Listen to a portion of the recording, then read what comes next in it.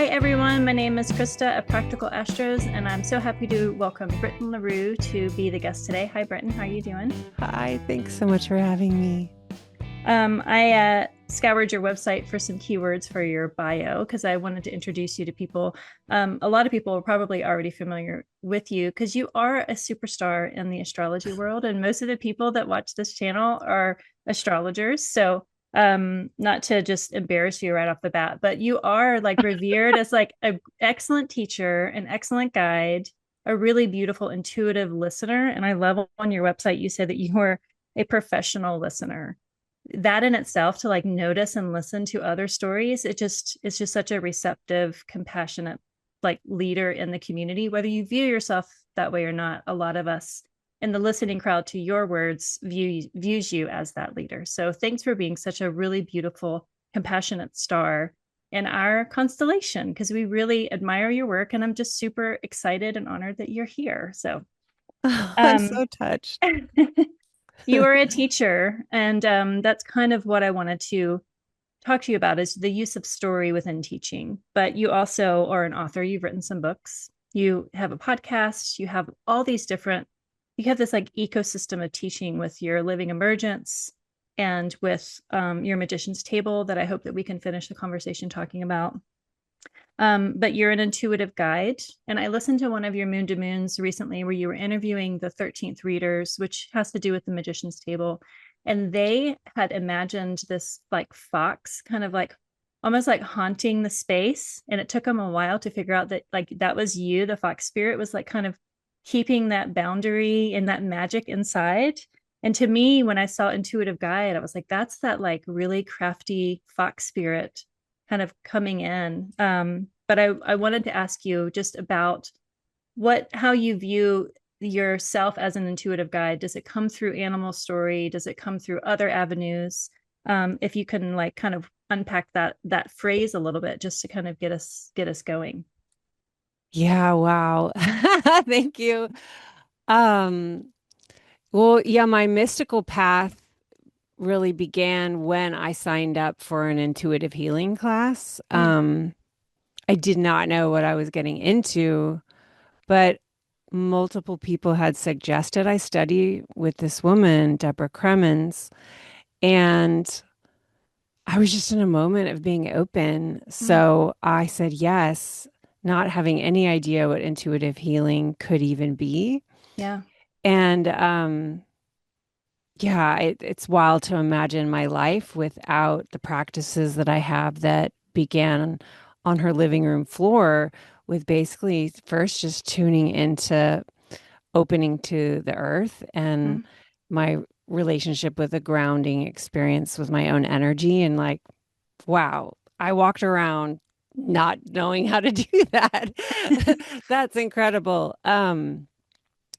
Yeah, so for me, intuition, my relationship to intuition began then, and mm, she defined intuition back then as something about the practice of listening to and validating your own information. mm, Um, And there's so many components there, like yeah. practice, it being a practice. It's not like someone has intuition or they don't. Mm, So when it was defined that way, it immediately lit up a part of me that has always been teaching. Like was a little girl knowing I was going to be a teacher. mm, And I have, there's just like a part of my brain that's always wondering how I would organize something that I'm seeing. Like, mm, or how I would braid it in a way that would allow it me to sense it in another way and wondering if it would be helpful for others if I framed it that way. mhm, And so I started to feel into intuition as something that really just has to do with listening and then validating what you've received. yeah. I didn't know anything about spirit guides till that teacher. Mhm, And maybe 3 months in was when she had the lesson on connecting to your spirit guide. And that was a massive moment in my life because I think I knew I was supported or that there was a presence beyond me helping, but no one had ever really showed me how beyond the Yeah. framework of Christianity. Mm-hmm. And the first words they said to me were, "You are very wise when you listen." Oh. They're like teaching me there. So yeah, I think that is just a wild thing to trust in that because I am rigorously educated. Like I've Mm-hmm. received a very rigorous education, and listening was just not on the curriculum. Mm. It wasn't a requirement. Yeah. So I think I always was the sort of resident wise person in my family Mm. and friendships, but I didn't recognize that as a skill set that had the value in a Mm. way that I could support my life. And so learning that when someone's sitting across from me, maybe they're listening to my podcast or reading my words, or we're actively in Zoom together doing something, this idea that all I have to do is just tune in and listen, and I will then know what to speak into the space for there to Mm-hmm. be some kind of opening that is beyond me and maybe not it's it's not anything that my brain could have generated before the listening.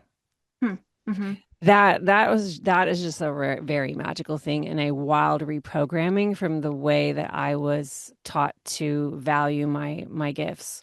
Yeah. So I guess that I guess that's kind of where I would begin is Mm. just learning that the receptivity of gift is uh, so sweet and so it feels so good to feel myself receiving something and then sharing it and seeing how because I was open it supported someone else.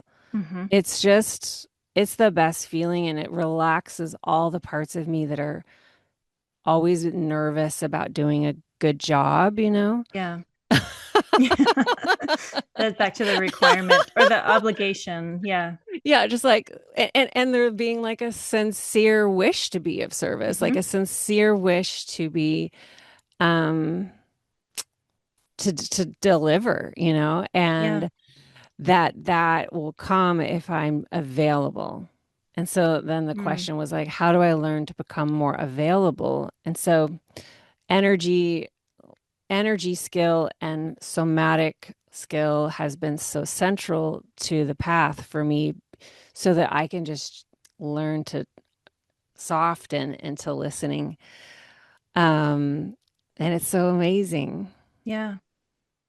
Was that when you had that first teacher? Was that before you began kind of your connection with the moon and lunar work, or was that after? It was right before I studied with her about a total of 3 years, and but I had been only studying with her 5 months Hmm. when I was looking up at a full moon in Capricorn, and so Cancer season, because Mm-hmm. I had started with her in January, and I started with her right around when I went to the Women's March in Hmm. Washington, D.C. This is 2017, so that awakening of like the activist in me wanting to take to the streets Mm-hmm. with the inner listening part of me that was going to learn how to like generate a wolf call, I like to think of it as Mm-hmm. those activations were at the same time. Yeah. And all of it was like learning how to kind of get out of a trance in my life and get into participation. Yeah. So then I saw that full moon, I looked up and I was like, oh my gosh, I just felt like the moon was actually talking to me, inviting me in, like Mm-hmm. inviting me to listen, inviting me to study. I really felt like the teacher showed up, Hmm. and I know how to be a student because I'm just as much a student as a teacher. Yeah, yeah. Um, and so it was really like, all right, I guess we're building like a syllabus here to put on my nerd hat. And so I started to sniff out teachers who teach on the moon, like literally Hmm. Googling like how to work with the moon. Like I didn't know anything. Yeah. Um, But you knew and enough to ask like the basic question. Like you were asking for you had the invitation to ask. I had the invitation to ask, and I know that everyone who I don't resonate with will fall out of the way because Hmm. I've always known just reading like the first couple paragraphs of any book, this is not my source, like Hmm. I don't want Yeah. this resource. So I knew that I would just know, and I immediately fell into a couple teachers, and then it was just a few months later that my brother, who was living in Los Angeles, where astrology was really becoming a big thing, Hmm. sent me my birth chart because he's seeing me now on the spiritual journey. I've asked for a divorce. And he sends me my birth chart and a Chani Nicholas, like new moon in Libra Hmm. package. Because back then she sold everything in these 1 month, it was like $25. You could get Yeah. her whole 4 week with working with the moon package. And so I fell into her work among other voices that had a kind of like smart gal getting her master's degree kind of way of talking with a Yeah. political savviness and like an honest, critical thinking way of addressing spiritual topics Hmm. that was safe for me having come from academia and come from critical theory. And it was like I needed to hear that in someone's voice if they're going to talk to me about something as wild as Mm. the moon. Hmm. Yeah. So that just began everything. And then I just plunged into astrology like we do and Hmm. like just devoured every book I could find that resonated and didn't study with anyone, though, in a group for a year and a half. Yeah. Yeah. Yeah. Prior to all of that, though, like what was your relationship with just the moon as a planetary figure in your life? Like, was it just kind of in the background, or was it Yeah. like a childhood thing? Like, what was your story with the moon before all of this? Yeah. I, as a child, was very connected to the elements, Mm. not so much the moon or the Hmm. sky. Yeah. Um, I grew up spending all my summer at a little cabin in the woods in Minnesota on a Hmm. lake. And I would spend the entire day like moss on my feet with the fish, Hmm. in and out of water. I remember zoning out like a Pisces, didn't know that it meant that, but to just water, like the sun's reflection on the water, and I would Hmm. just go someplace else, and I would just love that feeling of the glitter of the sun on the Hmm. water. I always felt really close to the wind, like really close. I actively remember doing spells with the wind, and Yeah. like that felt with like the element that Hmm. I was a witch for when I was a little girl. Yeah. And my mom, my maternal line's newly from Sweden, where Hmm. in Scandinavia, there's a real kind of pagan spirit. Yeah. And I grew up Christian, but my mom was always speaking about the spirits and things and the energy and Hmm. things. And it just sort of, I didn't think about it. I knew what she was talking about. Yeah. So I grew up aware of energy and a kind of animated sense of the universe. But I mean, the women in both my lines have, like so many in our lineages, have been deeply, deeply, deeply disempowered. Hmm. And the like the foremost concern is that I stay safe by quote unquote marrying well, which Mm, means marrying someone who will financially protect you. yeah. So even though I was very rigorously educated and very, very connected to the animated world, I was also receiving a lot of intense programming around staying thin, being agreeable, Mm-hmm. like socializing in a way that you don't create conflict in rooms with men. You don't Mm-hmm. speak about these things. You should not talk like that. I was getting Yeah. a lot of that because I always was pointing out where power was and Mm, people didn't like it. yeah.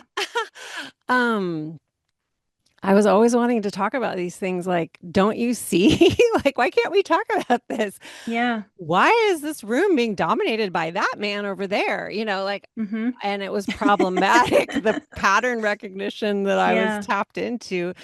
And eventually my spirit was stomped like way low. And Yeah. you may know my dad died suddenly when I was 16, and then I experienced a lot of brutal things from different men in my life. And I just like really hid as a spirit in my academic work. And that's where I felt free, is Mm-hmm. because in the academia, it's also an institution and it has its problems. But there is a kind of liberation of thought that's where like my fish got to swim, is just Yeah.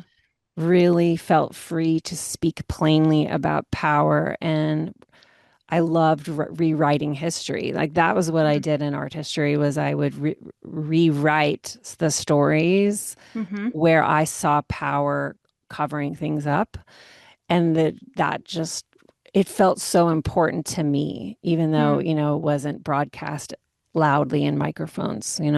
Yeah. Yeah. It's funny. I wrote down some of the questions just so I would have some focus for this interview.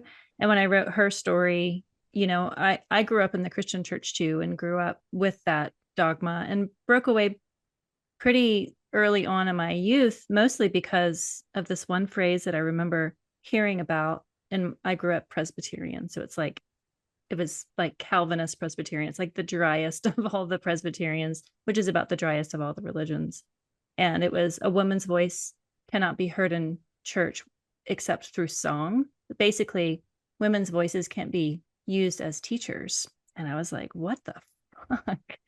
Like it was so disarming. Like even I remember hearing that as a kid. I broke away from it basically because of that. I was like, you're telling me that you don't value my voice unless I'm entertaining you. And it was just this like, it was fundamentally, I knew it was wrong. But just looking at the words that I wrote, her story, I wanted to ask Britten what her story of the moon in your journey to astrology was. But even just the use of words, like we call it history, and it's his story. And the idea of what is history, what is her story, and rewriting things. I talk, my husband and I talk about this a lot recently, about time travel, changing stories by going back in time, and with more perspective and looking through it with a prism of more information of actually what happened. And it reminded me of, we read the Harry Potter series to our son, and one of like the plot twists is Snape's story really changes when you get to the end and realize what a lot of his actions, what you have one idea of what you thought they were, but when you have more information, you realize it was actions of ultimate sacrifice. Sorry, spoiler if you haven't read that, that just spoiled it for you. Mhm. Snape's is not as bad as we thought. And the idea of thinking about our own stories or stories we've been told, and that was kind of what I wanted to talk about, is finding yourself in your story, and what stories do you keep telling yourself over and over again. And the use of astrology or tarot or dreams or animal omens, anything that you can kind of help put more facets on this jewel of observation of your story to have more compassion and have more light and dispel some of the myths and the programming. How you have used that, just within your own life, but then how do you teach that to people? Like how do you, when I work with decans a lot in the tarot and clients, and when I'm like, how do you see yourself in this story, and people are like, I don't know, like how do I don't even know how to like visualize myself in that card. And so it's working with using the use of images and symbols of images, because there's so many words hidden within an image that you can, if you can find the right way to navigate yourself into finding yourself in a particular story, then you have so much freedom to just be open to other possibilities of what that story may mean for you. And you can kind of go back and, heal parts of yourself. When Bad Bunny played on the Super Bowl and he handed his Grammy to like the little version of himself, I was like, oh, are you kidding me? That is like, I will just, after this interview, I'm going to go cry about that again, because I just thought it was so sweet. It was so powerful. And even that free skier at the Olympics, she talked about how, um, she was like, if 8-year-old me could see me now, she would be obsessed with me. And it's like seeing like the versions of yourself and like looking back on your child version and like just having that communication to your own story. How can you teach that to people? And how do you teach that to people? Because I see you doing that in this way that is a little, it's more nuanced, because it's not direct academic instruction of like, this is the syllabus of how you get from your current situation to understanding your and unshaming your past. How have you found what processes have you found that helps people get to that themselves because of your own journey? I hope that was Mhm. not too like a crazy ball of yarn No, question, it's but yeah. wonderful and important. Well, first, I want to share that in 2017, I when I realized I wanted to participate as an activist, I ended up applying for a training with Organizing for America. And in one of the sessions, this woman talked about how we have to know our story, because if we're going to talk to people about policies and like why they should go vote, Mm-hmm. it's not going to be very meaningful unless we can root it in this like gripping, riveting tale of our own lives and how policies affect then our lives. Yeah.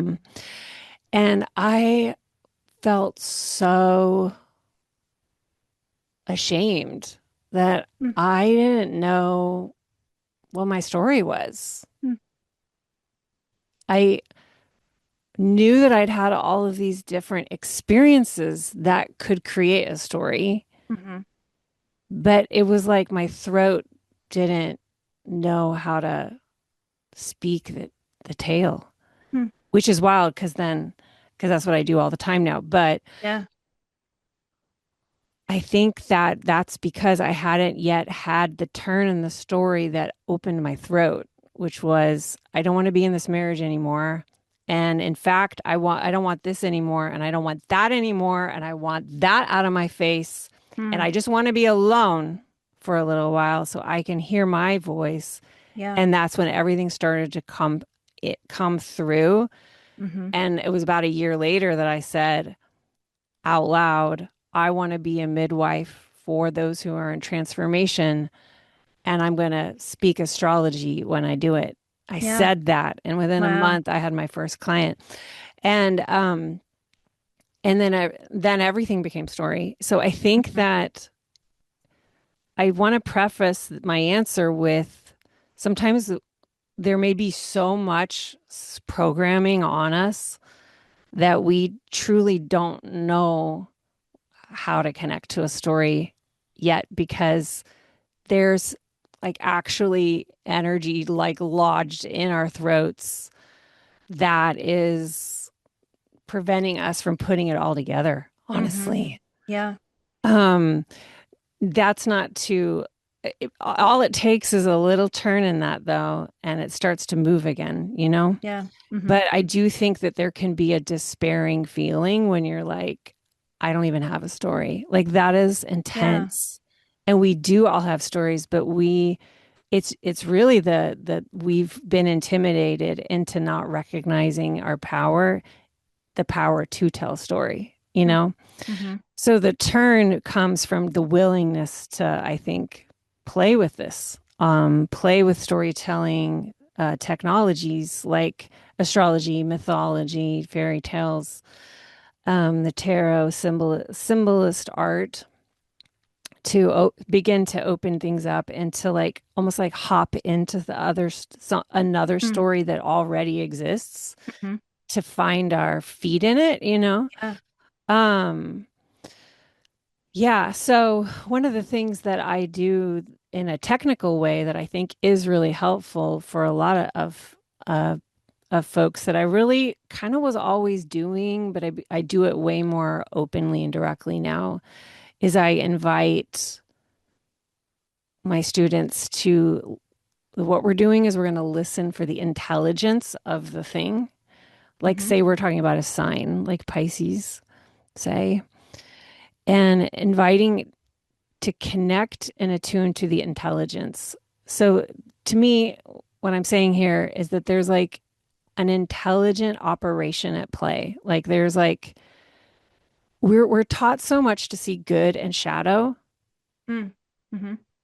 and I don't teach that way anymore.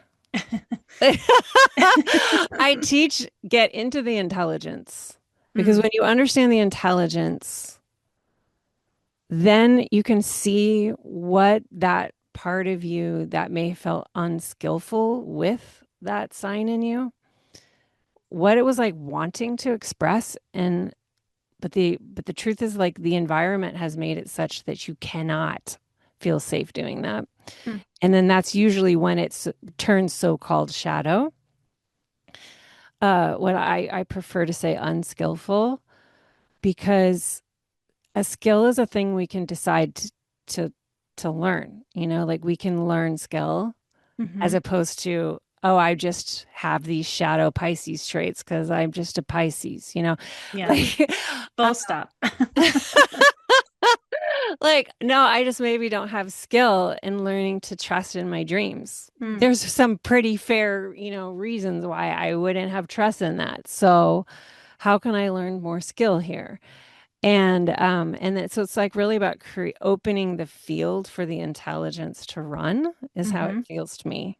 Yeah. And when you do that, you're unshaming, um, because you're allowing yourself to see the like innocence of the intelligence Mhm. and recognize why it's also intelligent that you didn't feel power, you know? Mhm. Like we really need to just speak plainly about the hostile environment that we've grown up in so that we can give ourselves compassion that like I couldn't run that intelligence in a way that was going to be safe for me. Mm. But Mhm. now in present time, like this relationship to the younger self, in present time, I have different conditions. I'm Yeah. in a different environment. I'm in a different ecosystem. I have different tools and resources. So I'm going to basically, like, in support of that younger self who couldn't, I'm going to create the skill for me to run the intelligence of who I am. And in that way, it just feels like everything opens. Mhm. And I feel that every sign has intelligence. And when we connect to the intelligence of the sign, like we can experience it in our bodies. And then it's about like letting that run free. Does that make sense? Mhm. It also infers that you have agency, which when you talk about shadow side, it's like even just by the use of the word side, it feels concretized. Like there's one side of this and there's another side of this.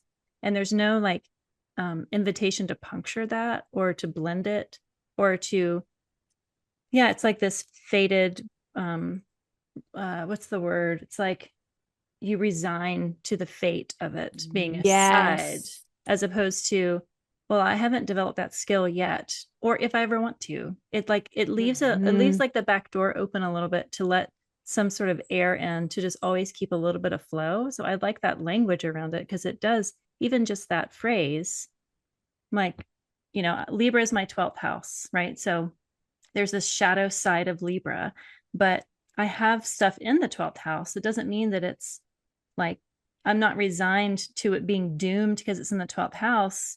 it's this way of I get to integrate this really specific part of myself through the stories of a 12th house Libra.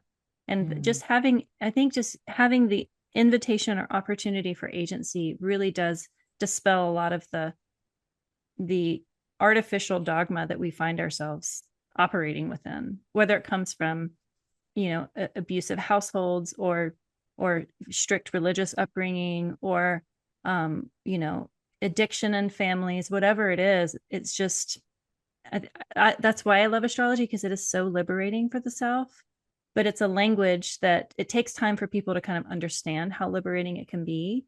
So just even using that word, uh, it just helps.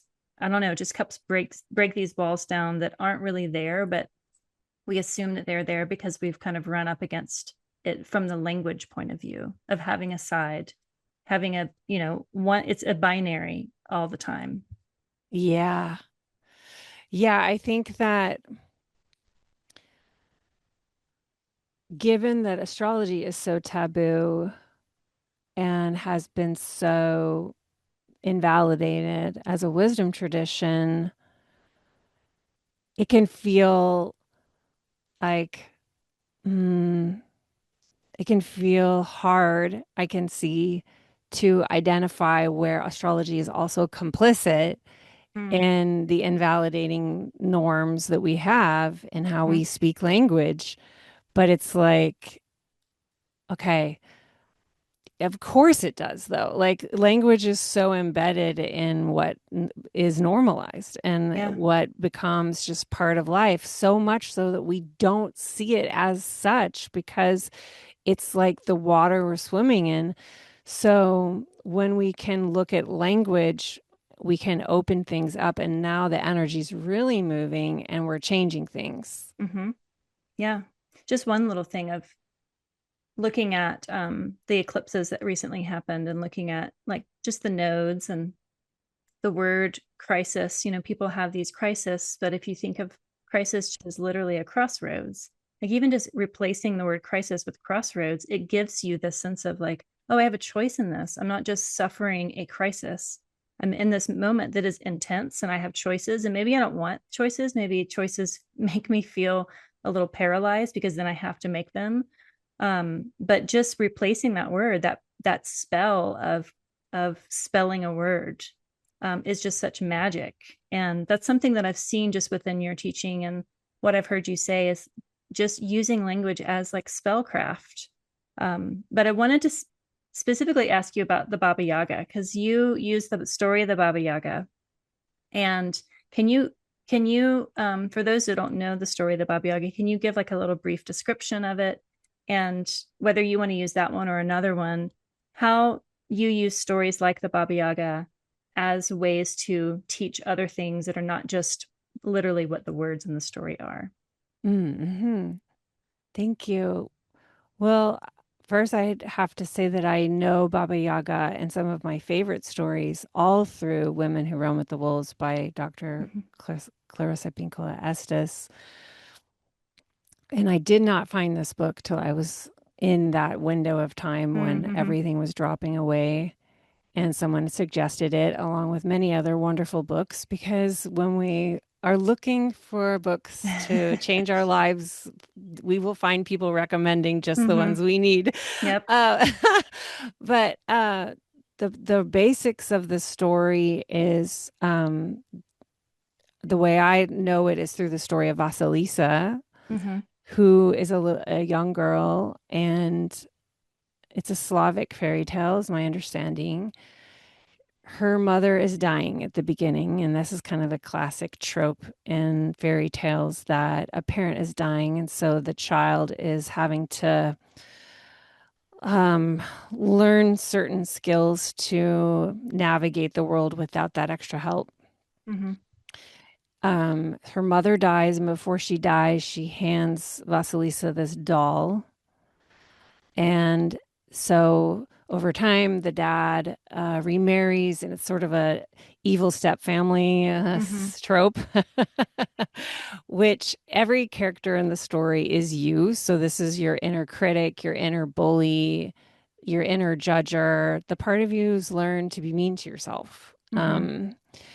And eventually they're so fed up of Vasilisa because Vasilisa is the part of you who is made of goodness, who is connected to innocence, who came here as this innocent spirit. I really see Vasilisa as your son, Mm. like your son, and your chart as your spirit. And this is a part of you that's always with you. But if you have a really loud inner step family, unshaming step families, I have a wonderful stepchildren and we have a great relationship.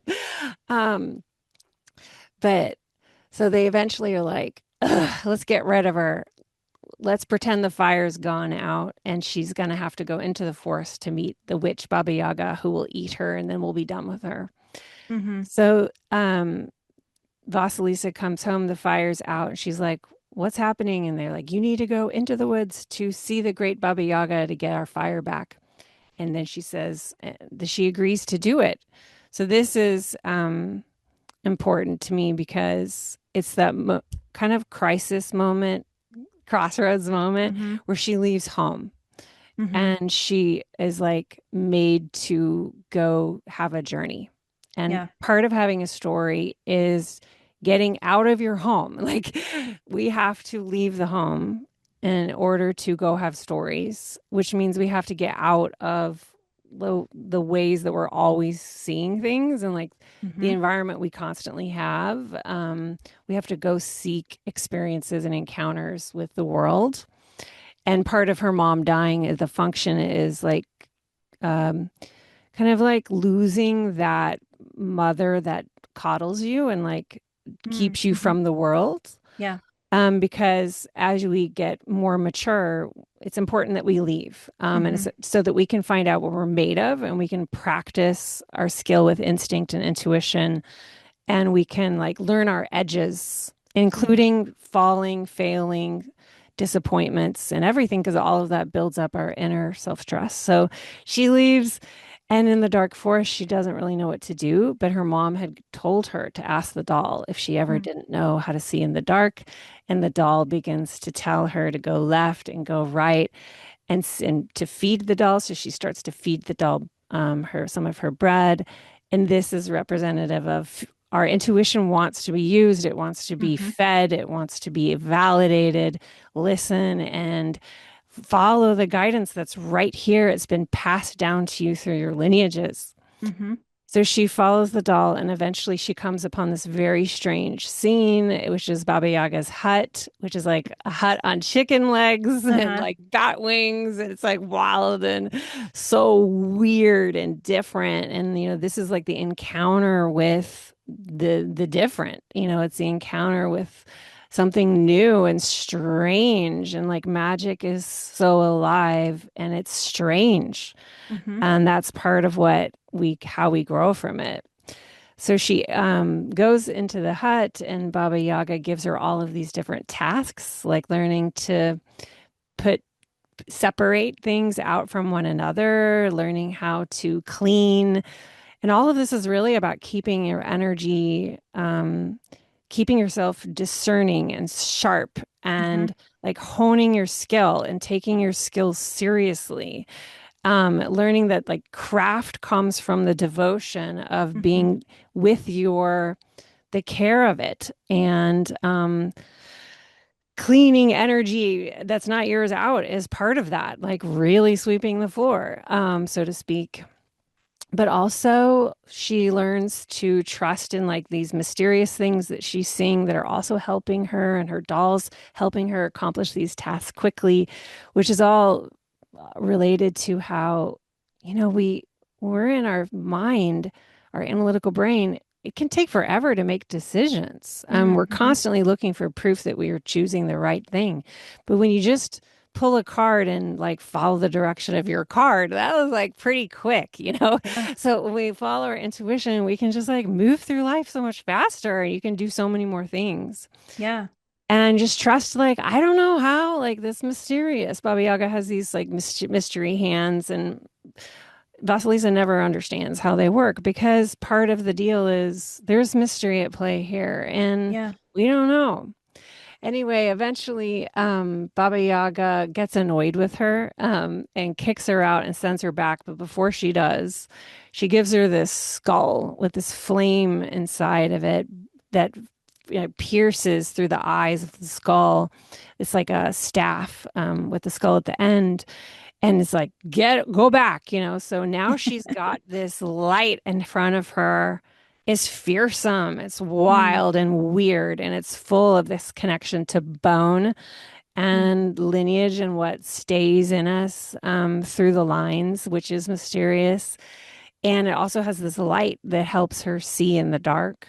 And this is mm. the force of her own knowing now being activated to support her way. So she can always find her way because she's got this fearsome light.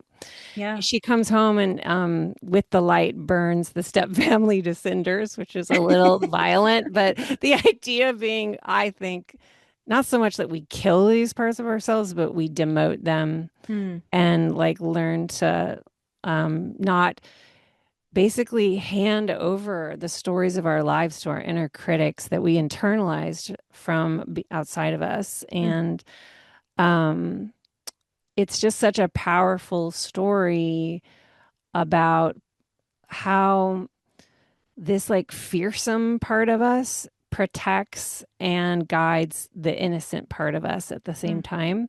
In astrology, I think of it as like how the malefics support the benefic parts of us, that Yeah. most people I know in my community are deeply, deeply, deeply connected to their benefic gifts, but they feel almost a little betrayed by them because without having activated the malefics, because they haven't been encouraged to, Hmm. there's this, they feel unprotected, and like that hasn't gone so well. Yeah. And Yeah. so, activating Mars and Saturn in us, unapologetically, may be threatening to the people around us who prefer us not to be threatening Yeah. for whatever reason. Like telling that, like, why is everybody listening to that one guy in the Yeah, room? totally. Yeah, like my Mars mouth of just like truth, like speaking the Yeah. truth. Truth is high sensation. Yeah. And, I feel so protected. My innocent spirit feels so protected when I sense the part of me that's gut. I'm gonna speak, Mm. those things. Hmm. And then I feel protected by that energy around me. Yeah.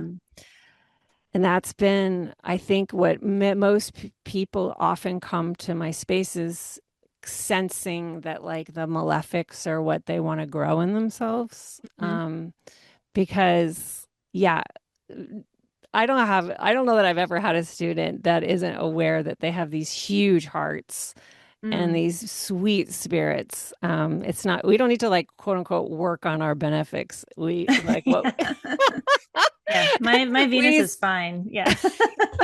we need support protecting them Mm-hmm. by letting our malefics be seen. And that's intense. Well, it goes back to the skills. I mean, you could look if you chose the binary of benefics as the light, malefics as the dark, having the skill to activate and engage and have that synergy between the two. I'm Mars ruled, I'm Scorpio rising, and I've always loved my Mars, even though I Yeah. didn't really understand it. But it has gotten me in big trouble. And I have gotten myself into big trouble, like knowingly puzzled myself into a puzzle that I just cannot get out because my Mars is in Virgo. And so it has been even someone that has always kind of embraced her Marsy nature. It's still like it felt like a curse. And it's like dispelling and breaking that curse. So with the time that we have left, if we can go from Baba Yaga to the magician's table, because it feels like it's kind of flowing in that direction. Can you speak just about you have so many containers of wisdom that you teach and invite people to actively engage in. But the magician's table is one that I think is um, like a really beautiful kind of spell that you invite other people to collectively cast. It's not you telling people what to do. It's really you like asking people to show up and make that obligation to themselves and that commitment to themselves. And who shows up determines of what it's like. But can you just speak a little bit about that, and we can wrap up. Yeah, thank you. I love the Magician's Table so much. Um, it came in the form of some doodles. And then, like a year and a half later, I suddenly got a huge picture of the whole thing on a run and wrote it down when I came home in my journal. And so there's many things at play here. Like there's the magician card, Mm-hmm. and we have these tools. Like we have these tools, we have gifts with the elements, our skills.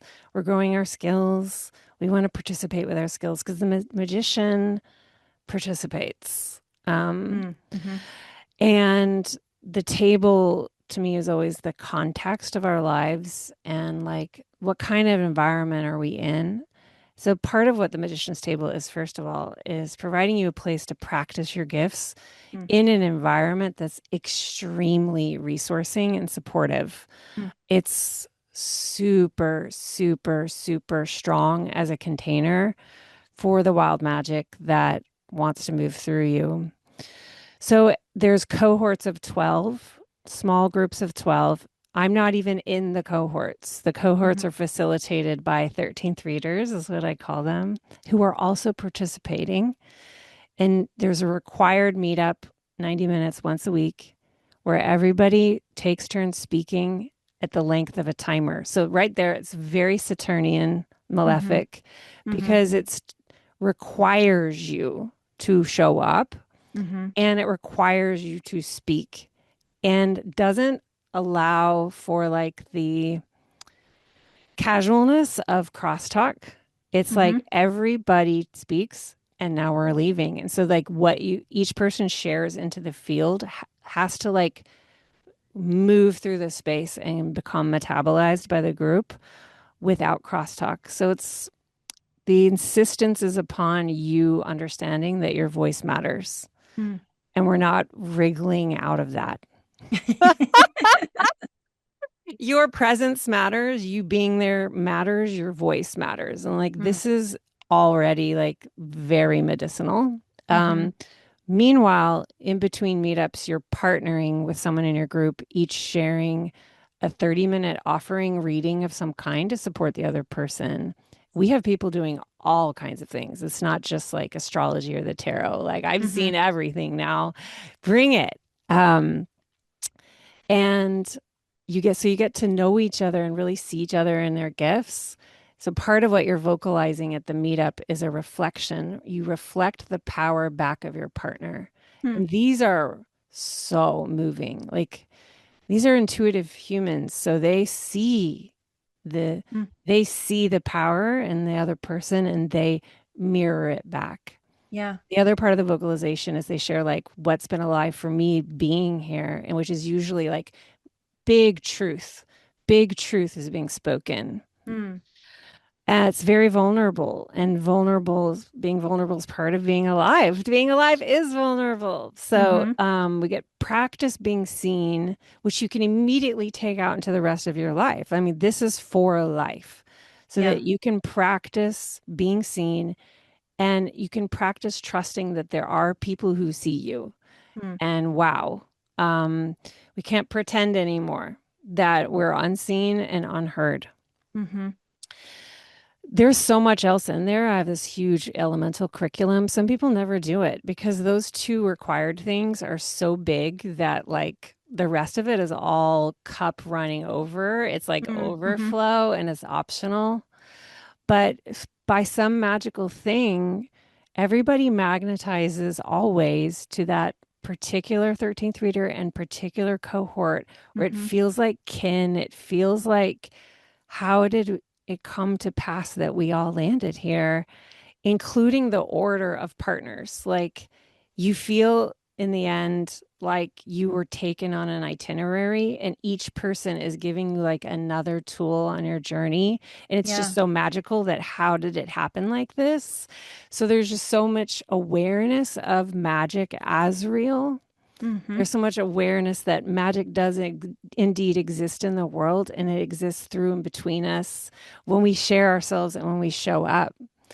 So it is an intensive. Most of my other containers are the opposite. I love asynchronous learning. I'm like, we're all adults. Come or don't come. Like, I Mm-hmm. want you to be in charge of your time. Where this is very like, it has the malefic quality of tight structure so that it can Mm-hmm. hold so much magic and facilitate so much to come through at once. So there's like Mm-hmm. this constriction. And magic loves a container, Yeah. so it's just a container. And the thing is, it has nothing to do with expertise. Like, we are deprogramming expertise. People come in who've never given a reading before, and people come in who've been reading for decades and have podcasts. Like, Right. it's not about expertise. Like, our power is in our presence. And everybody's bringing through a sense of like, I know my voice has more in it, and I want a place to workshop what that might be like. And so everybody's scrappy, which is very magician, Mm-hmm. as they're like shifting the offering a little bit every week based on the last one, and like, oh, I'm going to try more of this, and now I'm going to try more of this. And in life, it's hard to have that opportunity to do that, Yeah. especially with people that you find um, you really respect, and they're open and they're playful and they want to go there with you, and they're not judging you. They're like, I'm here to do this with you.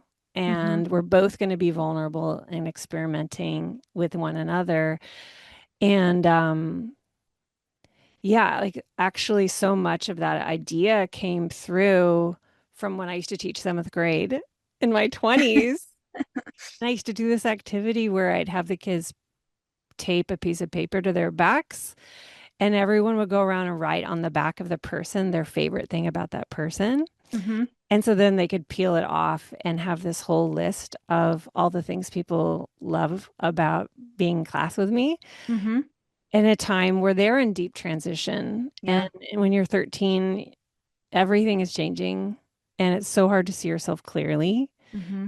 And so, in a like an analogy kind of way, this is a class for people in transition. Mm-hmm. They're transitioning into a much more potent version of themselves.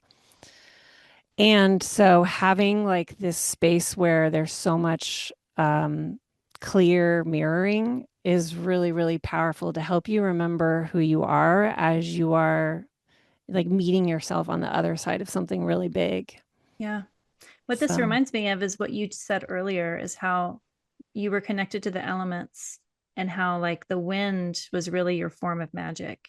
And when I think of wind, I think of the elements, but I also think of just the air signs. And yes. so I think of the air signs as like wind signs because they're various versions of communication and that social engagement. And wind doesn't have a physical form. It's not necessarily visible. It's just what else it moves. And so that's kind of you're creating this container, a constricted container that when you have like if you've been in big cities with skyscrapers, the wind is insane because the wind gets channeled through it. It gets amplified in that constrained place. And so like that's kind of what you've taken like your natural wind witchery and like put it in this container. Like you've created the skyscrapers, but then it's everyone else's wind that is making that it's almost like Mm. percolation versus just tincturing. When you percolate an herb, it gets so intense and you only take like one or two drops of it as opposed to like a whole dropper full because just the magic and the potency is so like diamond intensified. And that's kind of what the magician's table from the outside, because I have not been a participant, seems like. I have been a witness to one of your students. Janessa Quinn is how I knew of you, and she was in the magician's table, and I got to witness her from the outside because she would bring some of her practices to us to reflect back to us. It was like part of her responsibility to herself, or maybe part of the curriculum of like, I need to reflect this to someone else. And Mm. I just got to witness her complete, not a complete transformation, but kind of like the version of Janessa I knew on the front end of Magician's Table and the other end of the Magician's Table was this transcendent Janessa, where she was able to really come into this form of herself that I had never seen before. And it was just so beautiful to witness. It was like that sparkly, glittery, Piscean, watery visual. Like that's like she had this like glitter about her coming into her new version of herself from that Magician's Table experience. So just as an observer from the outside, you know, like seeing that transformation, I see just like how powerful it is just for this one person that I know. Mm. But it's just kind of it's reified just hearing the way you speak of it, of just the thought and the inspiration. I mean, you were running when you came with this, like you were the wind itself, like with this idea came to you. So it has so much movement to it. I just think it's amazing. So we're recording this on February 25th, 2026. So people hear this later because you're opening up the Magician's Table applications now, but you run this a few times a year. So if someone listens to this after the current cohort has already kind of been chosen, instruct people how they can do it at any point. Like, what's the Yeah. process of knowing about this? Yeah. So this group will start the weekend. We do an initiation in mid-March. So applications hopefully will get completely filled in by March 4th, but you never know. Yeah. Then I always bring it back in the spring. So this is what I'm usually talking about Aquarius and Pisces every year. This is the sixth year. I like to be honest with people that I never know when I'll end up composting something, because it's just true. Yeah. But I don't see myself composting this anytime soon because it's so beyond me and um it's just so magical. Thanks for your reflection about the wind. I feel really seen. And I did go to college in Chicago, so I know Oh, yeah. exactly what that wind is. Yeah. It does feel true. And that's so sweet about Janessa. I do feel that people really love who they see that they are inside Magician's Table, which is themselves. It's like Mm-hmm. Vasilisa's being in an environment that supports her, you know? Yeah. And it's a beautiful thing to witness. So thanks for sharing that. Yeah. Well, thanks everybody for listening. Britten, thanks so much for having the conversation. And I'll put your website in the show notes, but it's BrittenLaRue.com. And I had your name written on my whiteboard of like what to do. And my husband was like, Britten LaRue, that's a cool name. It is like even that the name itself has this like fancy French soap from like the 1920s like vibe to it. My mom almost named me Lulu. Oh, Lulu LaRue. well, I work with herbs and I had like this incredibly transformative experience when I was going through my divorce in 2006 with the plant rue. Ah, I was young, I was 26 and I came home and I had rue. I always have rue growing in my yard because it's an incredibly protective, energetically protective plant. And I just had this moment of in the process of leaving my husband, you know, being the only source of income for the family. So I was leaving him destitute. It was like all the stuff of like the responsibilities of my choice. And I just grabbed a piece of rue and went into my like the guest bedroom, which I had turned into my bedroom, and I lit it on fire, which is not what you're supposed to do at all with that plant. And as soon as I lit it, I I don't have personal experience of working with Tara the goddess, but I soon as I lit it, the image of the green Tara crawling up my back as green smoke and coming around like my all of my chakras and anchoring in green smoke up around me, and then her head came over like a serpent hood.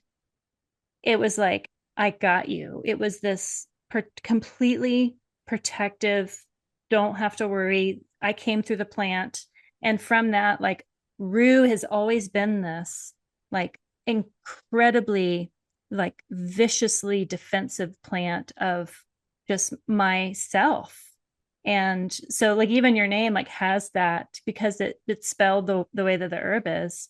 It just brings in this like fierce protective goddess spirit from this. I mean, I had this experience and I was like, what is going on? Like I didn't have a place to put it, but I saw what was in my head and I saw what was being visualized around me. And that smoke, that green serpent Tara rue smoke has never left me. Like I still see it encapsulating me as a protective spirit. So just the plant rue itself, like has always like had that. And like you have that just in your name. So yeah. Oh my gosh, I love this. I've never thought to connect my name to the plant. Yeah. Well, now you have that. Thank you. So thanks so much for all of it, for sharing the space, for giving the time. It was very generous of you to sit and talk with me. It was nice to just talk with you in person. And thanks, Janessa, for the connection to be that bridge. Any last words before we sign off? Well, just thank you so much. I really love this time with you. All right. Well, thanks everybody, and we'll see you next time.